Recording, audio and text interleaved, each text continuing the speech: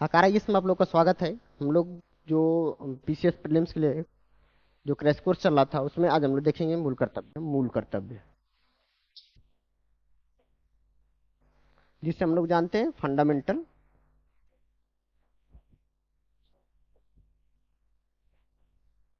Duties के रूप में हम लोग क्या करते हैं इसको जानते हैं। देखिए जो मूल कर्तव्य है संविधान के कई वाद में सुप्रीम कोर्ट ने कहा कि हमारे देश का मूल जो अधिकार है ये तभी पूर्ण होगा जब हम लोग क्या करें उसको मूल्य कर्तव्य को उसको किसके देखें एक पूरक रूप में देखें। क्योंकि अगर व्यक्ति का क्या है कि अगर मूल अधिकार की बात करता है तो उसका क्या है कि उस देश के प्रति क्या है कुछ कर्तव्य भी बनते हैं। इसका मेन कारण क्या रहा मूल्य कर्तव्य आने का कि इमरजेंसी के ड्यूरेशन में इमरजेंसी जब 1975 के आसपास आई थी इस ड्यूरेशन में ये देखा गया था 74-75 के आसपास आई थी जो कि लोगों में क्या थी काफी अफरा तफरी थी। उसको कोई क्लियरिटी नहीं थी कि हमको क्या करना है कि देश के प्रति क्या हमारी जिम्मेदारी है क्या चीजें हो सकती हैं। इन चीजों को ध्यान में रख के सरकार ने क्या किया था कि 1976 में एक समिति बनाई थी। इस समिति का नाम था स्वर्ण सिंह समिति। ठीक। स्वर्ण सिंह समिति ने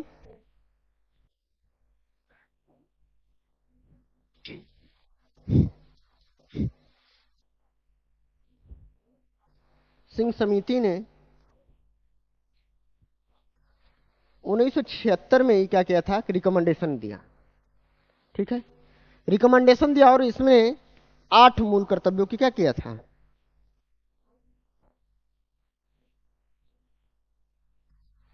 की बात की थी। ठीक। देखिए इन आल मूल कर्तव्य जो थे उसमें उन्होंने कुछ महत्वपूर्ण महत्वपूर्ण मुद्दों जैसे देखा गया था कि इमरजेंसी के ड्यूरेशन में लोग जो स्मारक है उसको हानि पहुंचा रहे हैं संविधान के प्रति आदर दिखा रहे हैं अनादर दिखा रहे हैं। ठीक है। बहुत सी ऐसी चीजें थी जहाँ पे तोड़ फोड़ की जा रही थी।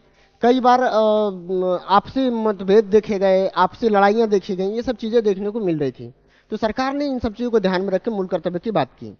क्योंकि मूल कर्तव्य हम लोग जो था इसके लिए क्या करते थे कि हम लोग कुछ सोर्स लिए थे। तो अगर मूल कर्तव्य की हम लोग बात करें तो जो भारत में मूल कर्तव्य लिया गया है ये लिया गया सोवियत संघ से यूएसएसआर से जो बाद में 1992 के आसपास क्या हुआ था विघटित होगा और रशिया उसको क्या हुआ सक्सेसर के रूप में काम किया।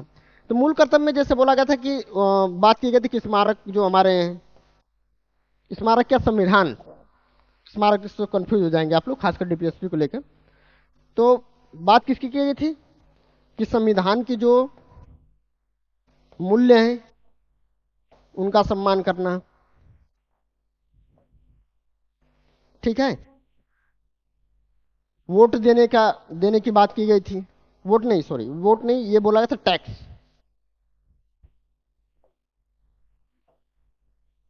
टैक्स देने का प्रावधान इस तरह के क्या किए गए थे कई प्रावधान किए गए थे। इस तरह से मिला के स्वर्ण सिंह समिति ने 8 मूल कर्तव्यों की बात की थी। ठीक है। जो 8 मूल कर्तव्य थे उसमें अब क्या किए जो 8 मूल कर्तव्य इन्होंने दिए थे उसकी क्या कहते वाइबिलिटी देखी गई। वाइबिलिटी या इसकी क्या की व्यवहारिकता देखी गई। ठीक है। जब व्यवहारिकता देखी गई तो कुछ चीजें थी जहां पे पॉसिबिलिटी नहीं बन पाई तो सरकार ने क्या किया उसमें संशोधन किया गया। और इन 8 मूल कर्तव्यों में से कुछ मूल कर्तव्य क्या किए रखे गए और कुछ मूल कर्तव्यों को क्या किया बाहर कर दिया गया और कुछ मूल कर्तव्यों को क्या किया जोड़ा गया था। और इसी को ध्यान में रख के 42वां संशोधन लाया गया था जिसमें कुल 10 मूल कर्तव्यों को क्या की गई थी बात की गई थी। ठीक। इस 42वें संशोधन में क्या किया गया कि एक अलग से भाग बनाया गया जिसे हम लोग 4 क के नाम से जानते हैं। ठीक।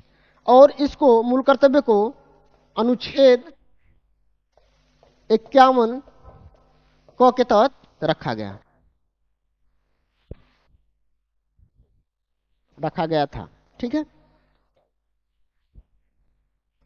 ठीक। तो हमने क्या बताया कि जो 8 मूल कर्तव्य है उनकी व्यवहारिकता जब देखी गई तो सरकार को लगा कि नहीं जो कुछ 8 जो स्वर्ण सिंह समिति ने जो रिपोर्ट दिए उसमें क्या है कि कुछ समस्याएं हैं, तो इसलिए सरकार ने कहा कि इन 8 मूल कर्तव्यों को क्या किया गया कि कुछ तत्वों को इसके लिया गया, कुछ इसके कर्तव्य लिए गए, कुछ कर्तव्य अलग से जोड़े गए और 42वां संशोधन किया गया हमारे संविधान में। और 42वें संशोधन के बाद 10 मूल कर्तव्यों का क्या किया गया, उल्लेख किया गया।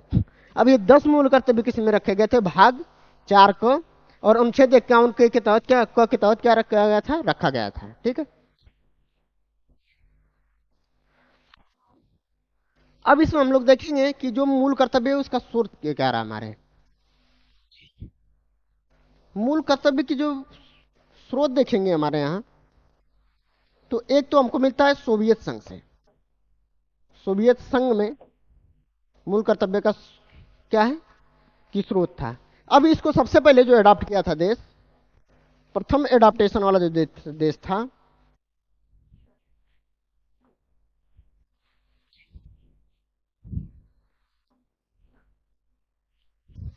जो प्रथम में क्या था एडाप्टेशन वाला जो देश था, वो जापान था। जापान के उपरांत भारत क्या हुआ, सेकंड नंबर का देश बना एडाप्टेशन का, जिसने क्या किया था, मूल कर्तव्य को क्या किया था, एडाप्ट किया था। मतलब क्या किया कि उसको अपने संविधान में डाला। ठीक है, तो ये ध्यान में रखिएगा कि जितने भी मूल कर्तव्य हैं, जो मूल कर्तव्य थे, इनका स्रोत क्या रहा, सोवियत संघ रहा। ठीक है, प्रथम एडाप्टेशन किसने किया, जापान ने किया, और सेकंड एडाप्टेशन किसने किया, भारत ने किया। इसके अलावा मूल कर्तव्य को एक जगह और व्याख्या मिलती है, वो मिलती है हमारी कहां पे, यूएनओ के चार्टर। चार्टर में धारा संख्या है आपकी कौन सी, 29(1). इसमें क्या होता है हमको कि मूल कर्तव्यों का क्या मिलता है, व्याख्या मिलती है। तो किसमें बताएं, यूएनओ के चार्टर धारा जो है, चार्टर में जो एक धारा है 29(1), उसमें क्या मिलता है हमको, मूल कर्तव्य के बारे में पता चलता है। ठीक है, तो ये हो गए मूल कर्तव्य से संबंधित बेसिक चीजें हो गई। ठीक है, अब मूल्य कर्तव्य में क्या हमने बताया था कि जो विशेषता हम लोग देख लेते हैं।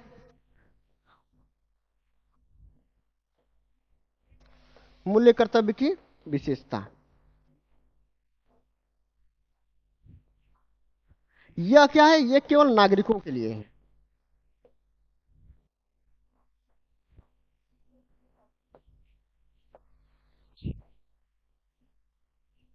ठीक, दूसरा अगर हम लोग बात करें तो यह क्या है कि न्यायालय द्वारा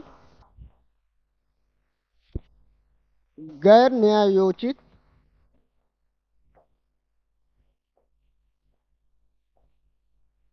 है। ठीक है, तीसरी चीज, यह संविधान के, मूल संविधान में इसकी क्या थी, यह मूल संविधान का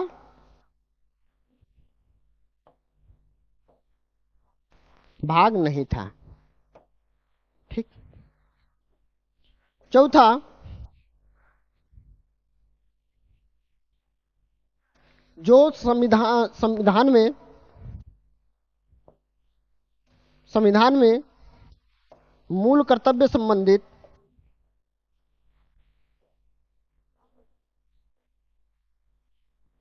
एक बार ही क्या किया गया था, एक बार ही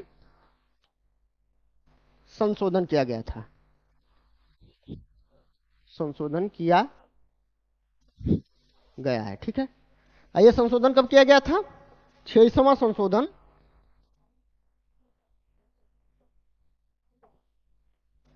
2002।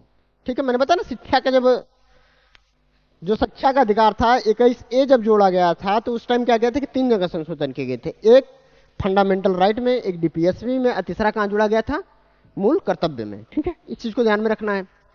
तो अब इस संशोधन के बाद जो टोटल मूल अधिकार वर्तमान समय में है, टोटल मूल क्या, सॉरी, मूल कर्तव्य, जो मूल कर्तव्य जो है टोटल वर्तमान में वो क्या है, 11 है। ठीक है, तो ये चीज आप लोग क्या करिएगा, ध्यान दीजिएगा। ठीक, एक ही बार में अभी तक क्या हुआ, संशोधन हुआ। इसके साथ में याद रखे रहिएगा कि मूल कर्तव्य संबंधित बर्मा समिति क्या की गई थी, बनाई गई थी। ये भी आप लोग क्या करना है, ध्यान में रखना है।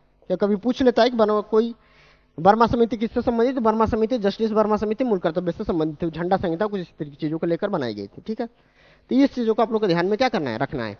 अब हम लोग क्या करेंगे कि मूल कर्तव्य के जितने भी 11 जो मूल कर्तव्य हमारे, उनके बारे में हम लोग क्या करेंगे, एक एक करके डिस्कस करेंगे। ठीक है, देखिए मूल कर्तव्य बहुत ध्यान से पढ़िएगा आप लोग।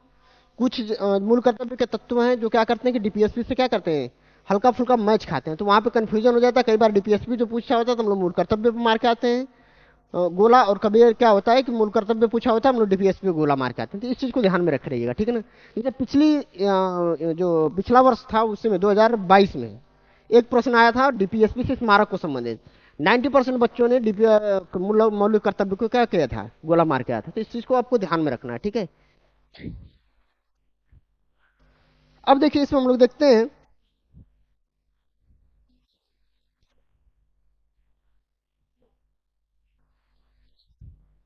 51 का 1 ये बोलता है कि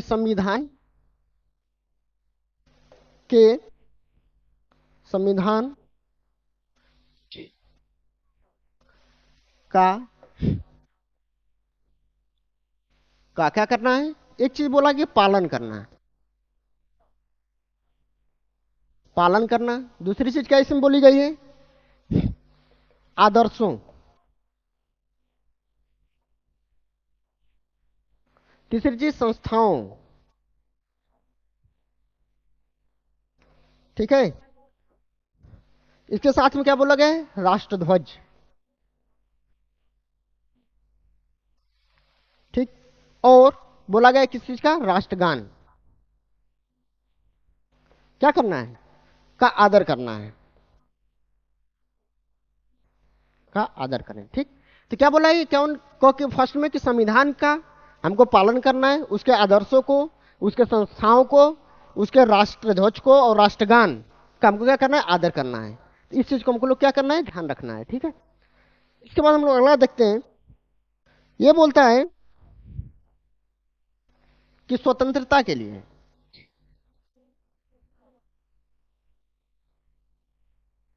स्वतंत्रता के लिए हमारे राष्ट्रीय,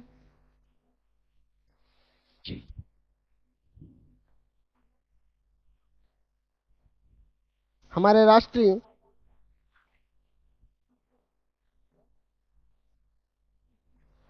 आंदोलन को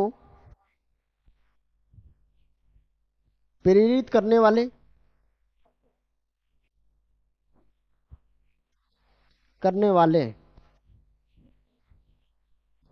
ठीक है, उच्च आदर्शों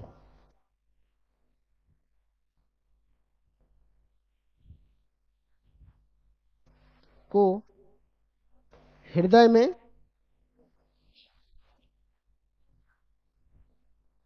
संजो रखें और उनका क्या करें, पालन करें। ठीक है, तो सेकंड मैंने क्या बताया कि अकाउंट में कि स्वतंत्रता के लिए हमारे राष्ट्रीय आंदोलन को प्रेरित करने वाले उच्च आदर्शों को हृदय में क्या रखें, संजो के रखें और उनका पालन करें।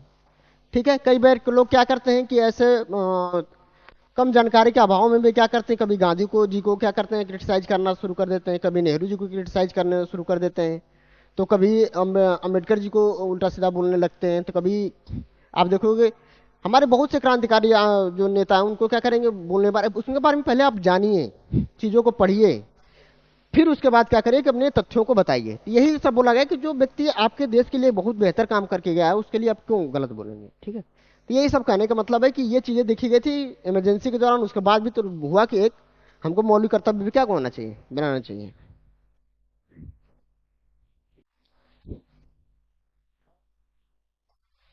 अब इसका हम लोग देखेंगे तीसरा, थर्ड जो है, थर्ड क्या कहता है, थर्ड कहता है कि भारत की क्या बोलेगा कि हमको प्रभुता, सम ये प्रभुता की बात करता है। ठीक है,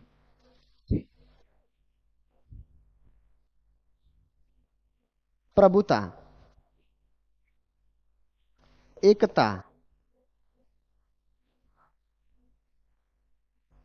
अखंडता,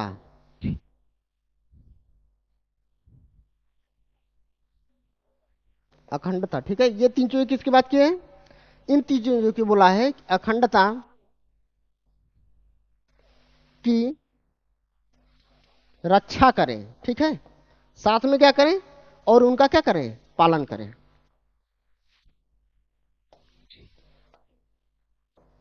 तो ध्यान रखिए कि हमको कोई इस प्रकार के क्या करना है, स्टेटमेंट नहीं देना है, या किसी व्यक्ति को इस प्रकार के स्टेटमेंट देने भी नहीं देना है कि जिससे क्या होगा, देश की एकता, अखंडता और प्रभुत्व पर क्या पड़े, प्रभावित हो। तो इस चीज को हमको क्या करना है, ध्यान देना है एज ए नागरिक, ठीक है। तो यही आपकी रिस्पॉन्सिबिलिटी है कि देश की प्रभुता, एकता और अखंडता क्या हो, बनी रहे, ठीक।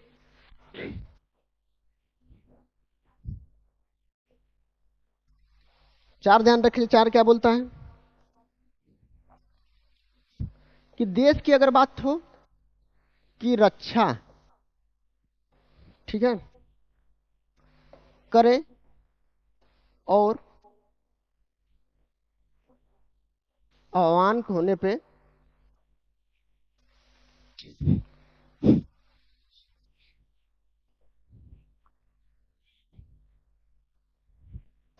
किए जाने पर राष्ट्र की सेवा करें, यह ध्यान में रखना है, ठीक। चौथा बोलता है कि देश की रक्षा करें और आह्वान किए जाने पर क्या, राष्ट्र की सेवा करें।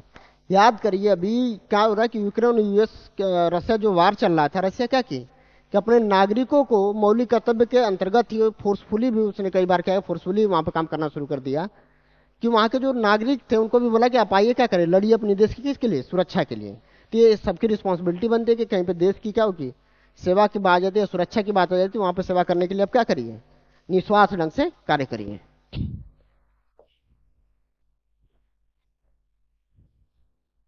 इसके बाद बोला गया है कि भारत के सभी लोगों, ठीक, में समरसता व भातृत्व, ये मैं जो अंडरलाइन कर रहा हूं उसको आप लोग ध्यान से, ठीक ना, समरसता भातृत्व मैंने बोला है, तो उसको ध्यान में रखें। कई बार क्या होता है कि आपको पूछ रहे थे ये शब्द का उपयोग कहाँ पे है, फंडामेंटल राइट में, डीपीएसपी में, फंडामेंटल ड्यूटीज में, या कहीं और है। इस तरह तो इस चीज को आपको ध्यान में रखना है, ठीक है, कि प्रस्तावना में की भावना का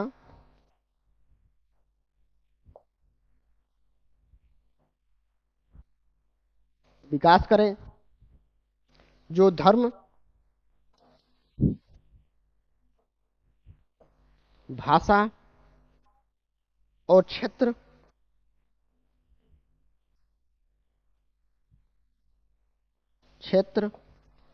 वर्ग पर आधारित सभी भेदभाव से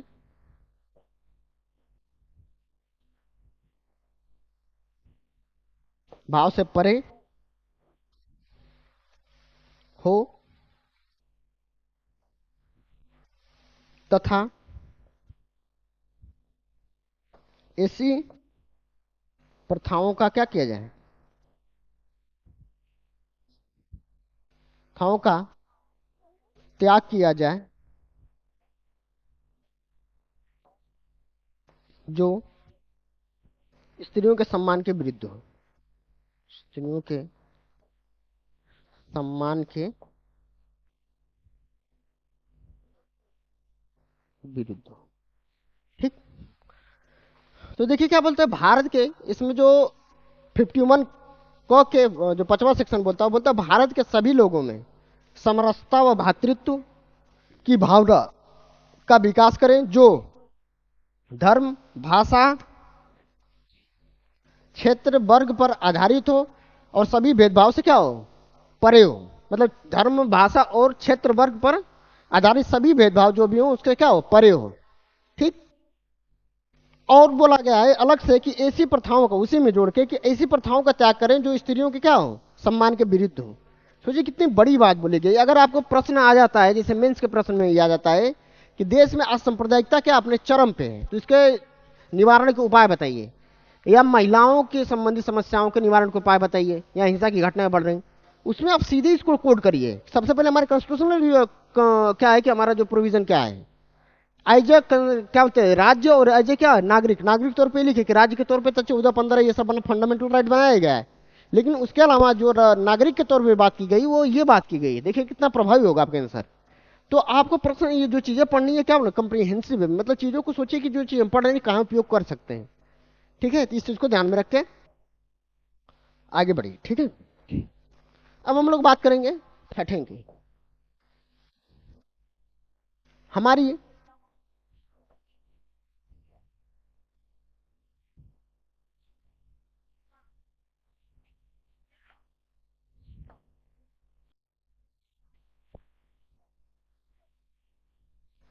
सामाजिक जो क्या है संस्कृति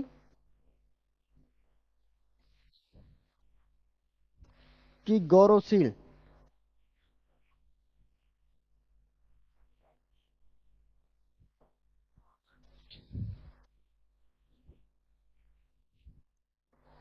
परंपरा का महत्व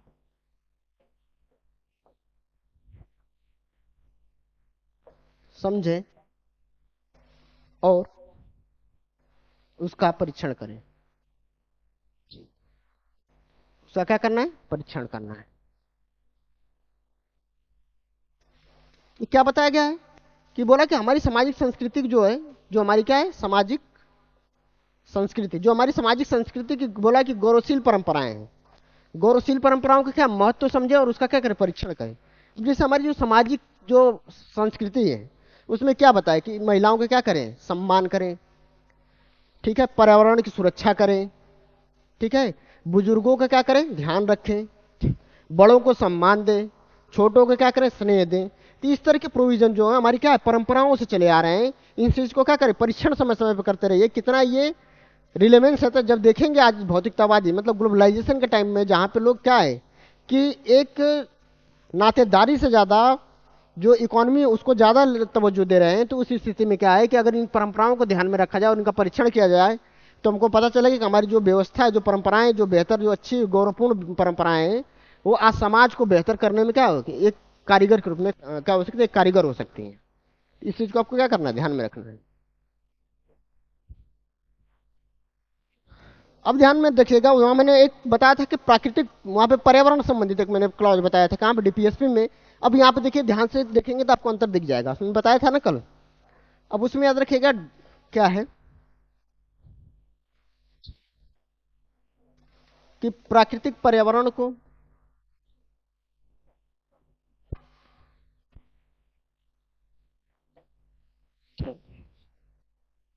जिसके अंतर्गत, ठीक,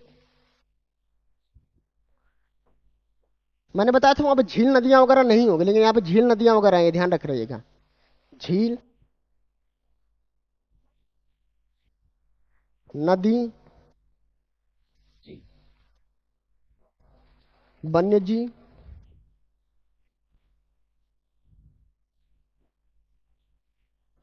ठीक है, ये तीन चीजों को क्या करना है हमको, कि रक्षा करना है, रक्षा करना एवं इनके संवर्धन, संवर्धन करें तथा प्राणी मात्र, तथा प्राणी मात्र के प्रति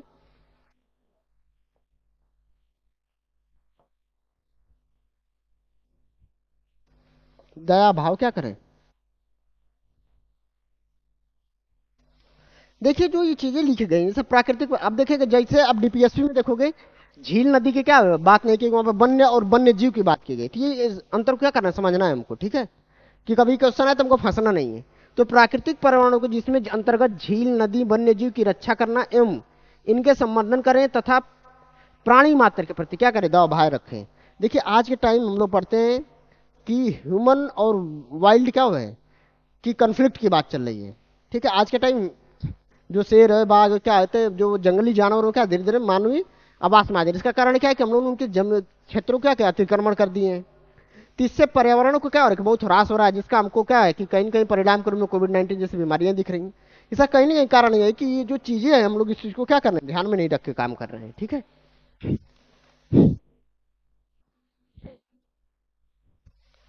अब हम लोग आएंगे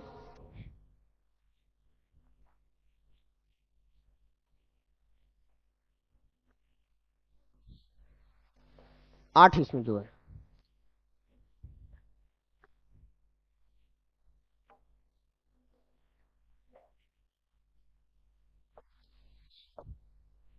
वैज्ञानिक दृष्टिकोण। ठीक है। मानववाद और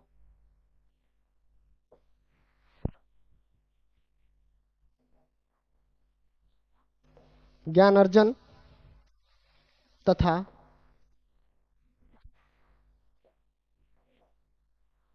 सुधार की भावना का क्या करें, विकास करें। ठीक है। तो देखिए, हमारे मौलिक कर्तव्य में किसकी बात की, साइंटिफिक टेम्परामेंट की बात की गई। बोला गया है कि जो मानवीय वैज्ञानिक दृष्टिकोण है, मानववाद और ज्ञान अर्जन तथा सुधार की भावना का विकास करें। इससे क्या होगा, लोगों में अगर क्या होगा कि साइंटिफिक टेम्परामेंट क्रिएट होगा, तो जो अंधविश्वास चल रहा है, ठीक है, जो संभ्रांतियां हुई हैं, जो पूर्वाग्रह बने पड़े हैं देश में, जो देश में क्या करते हैं भेदभाव, सांप्रदायिकता, जातिवाद, इस तरह के मुद्दों की समस्याएं, बड़ी बड़ी समस्याओं क्रिएट कर रहे हैं, उनसे धीरे धीरे क्या होगा कि समाप्ति होगी और हमारा देश क्या होगा, डेवलप की तरफ जाएगा। तो हम एक नेशन की तरफ, अभी हम लोग क्या एक राज्य के रूप में हैं, अब धीरे हम क्या होंगे एक नेशन के रूप में जाएंगे, जहां पे धर्म, जाति, नस्ल, स्थान, इन सबसे परे होकर एक नागरिक के रूप में एक दूसरे को क्या करेंगे, एक्सेप्ट करेंगे।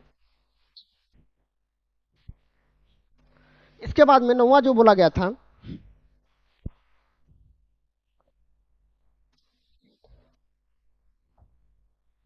सार्वजनिक संपत्ति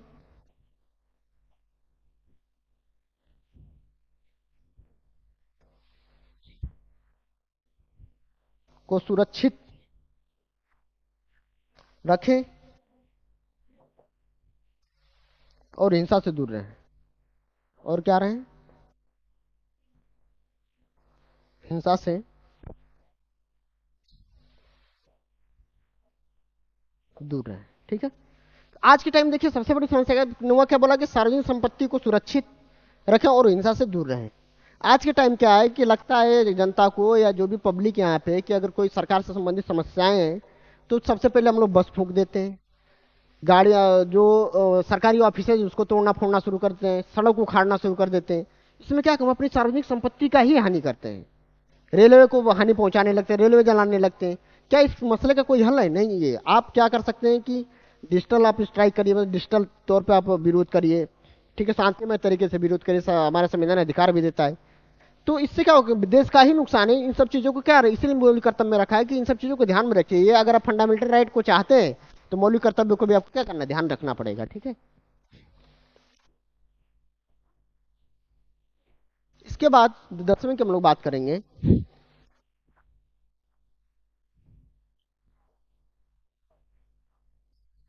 व्यक्तिगत और सामूहिक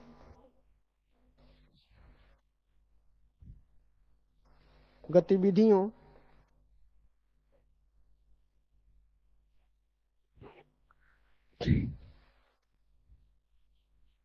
के सभी क्षेत्रों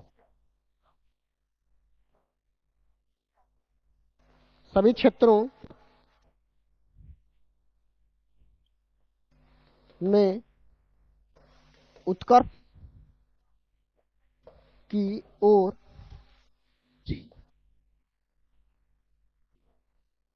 बढ़ते बढ़ने का सतत क्या करें, प्रयास करें, साथ में, जिससे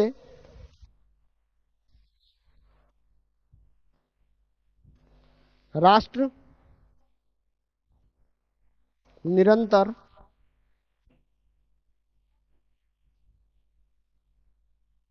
बढ़ते हुए नए ऊंचाइयों को क्या कर ले, छू ले। ठीक है। तो देखिए हमारा जो मौलिक कर्तव्य ये नहीं बता रहा है कि आप दगड़ू हुए बोला कलेक्टिव इफर्ट करना पड़ेगा तभी हमारा देश क्या हो सकता है, एक नेशन बिल्डिंग की तरफ बहुत तेजी से क्या हो सकता है, बढ़ सकता है। देखिए जैसे व्यक्तिगत क्या बोला कि व्यक्तिगत और सामूहिक गतिविधियों के सभी क्षेत्रों में उत्कर्षता की ओर बढ़ने का सतत प्रयास करें। ठीक है, जिससे क्या होगा, जिससे राष्ट्र निरंतर बढ़ते हुए नई ऊंचाइयों को क्या छू ले। ठीक, तो ये तभी हो पाएगा जब सरकार और नागरिक दोनों मिलकर काम करेंगे। अभी भी हमको लगता है कि जहां पे जो हम लोगों को लगता है कि ये डेवलपमेंट का काम जो केवल सरकार का है, ये सच्चाई नहीं है। अगर केवल सरकार ही डेवलपमेंट करेगी तो कहीं न कहीं एक मोदी सरकार जो मोदी जी द्वारा जो 47 में डेवलप्ड कंट्रीज का जो हम लोग सपना देख रहे हैं वो चीजें पूरा नहीं हो सकती हैं। क्योंकि केवल एक तरफा है, एक तरफा कार्य करने से कार्य नहीं होगा। अगर आप नागरिक एज ए नागरिक रूप में भी हम लोग क्या करते हैं, पार्टिसिपेशन करते हैं, स्किल्ड बन के एज ए इकोनॉमी के तौर पे बाकी सब शांति सुरक्षा रखने में, सार्वजनिक स्थलों को न तोड़े फोड़े, तो ये सब चीजें कहीं ना कहीं क्या करेंगे, हमारी नेशन जो नेशन बिल्डिंग है उसमें क्या होगी, बहुत सहायता प्रदान करेंगे।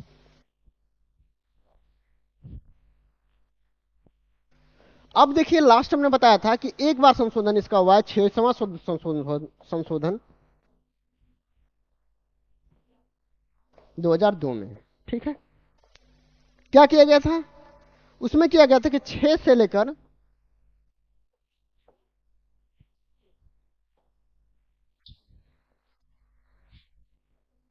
6 से 14 वर्ष के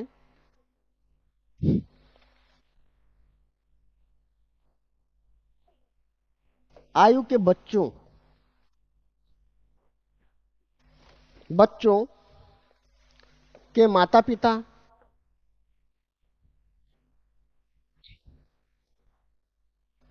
माता पिता और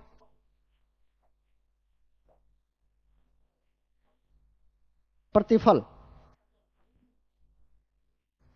प्रतिफल नहीं होगा यहाँ पे, थोड़ा इधर बढ़ोगा, ये हो जाएगा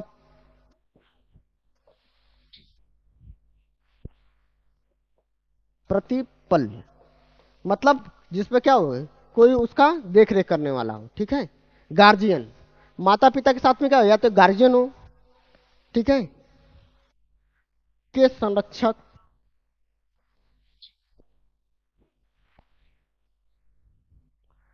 उन्हें शिक्षा की क्या करें, अवसर प्रदान करें।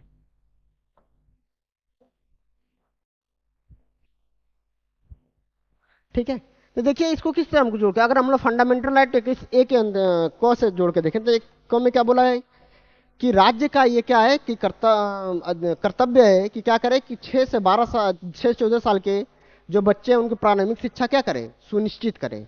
ये ऐसा तो है नहीं कि सरकार को स्कूल खोल देगी तो काम पूरा हो जाएगा।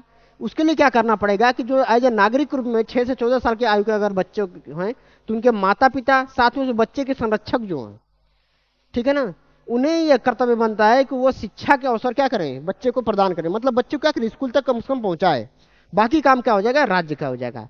तो इसलिए हम लोग देखेंगे जो मौलिक कर्तव्य पूरी तरह से फंडामेंटल राइट के प्रतिपूरक रूप में क्या करता है, कार्य करता है। बाकी जितनी चीजें थी, क्या उसकी विशेषता होनी चाहिए, क्या चीजें होनी चाहिए, सब चीजें हमने क्या किया, इसमें देख लिया। ठीक है।